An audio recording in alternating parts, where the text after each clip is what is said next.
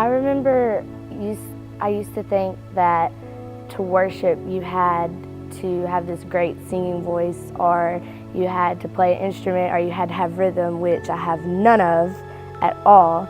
And I remember my sophomore year, I was going through a really rough time. My friend had just gotten in a car wreck and she was in a coma, and we weren't sure if she was going to make it. And I didn't really feel like I had friends because all my friends started doing stuff that I didn't do, and I kind of got into some trouble with my friends. And I remember I had gotten my phone taken away for a really long time, and I went to acquire the fire.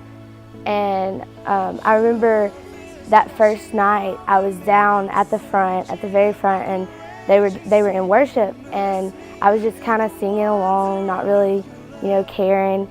And this girl, she just came up to me and she was like, I just feel like God's telling me to talk to you. And so she was like, can I pray for you? And I told her, sure, why not? And so she started praying over me, and she started telling me that I was beautiful and that God was always going to pursue me, and that He loved me, that no matter what I did, that He would always come find me, and that He would never turn His back on me, and He would always be constant. And I remember I was just bawling, and she had no idea what I was going through, and God gave her the words to speak to me. And I remember in that moment, they were singing "Sit Enthroned Upon My Heart," and it said, I'm not just giving you my sin, but everything within.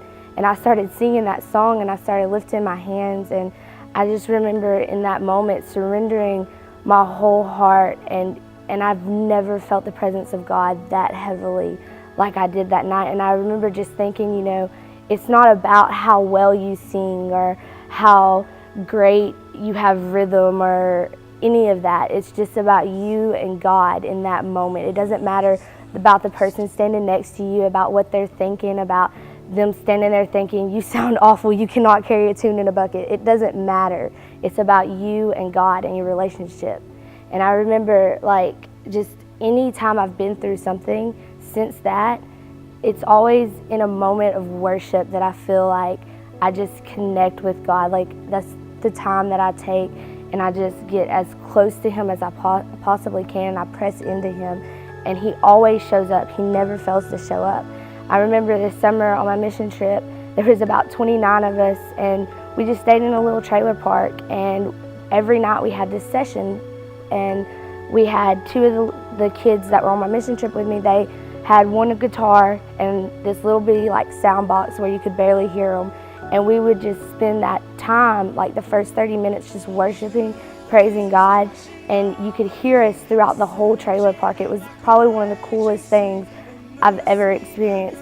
It wasn't really about the music that was playing or high-tech lights or the band or any of that. It was just me and 20 other people just praising God and lifting our voices. It was times when they weren't even playing the guitar, and it was just nothing but our voices. And to me, that is the true meaning of worship, is when you have no music and you have no sound and you just have your voice and you just praise God.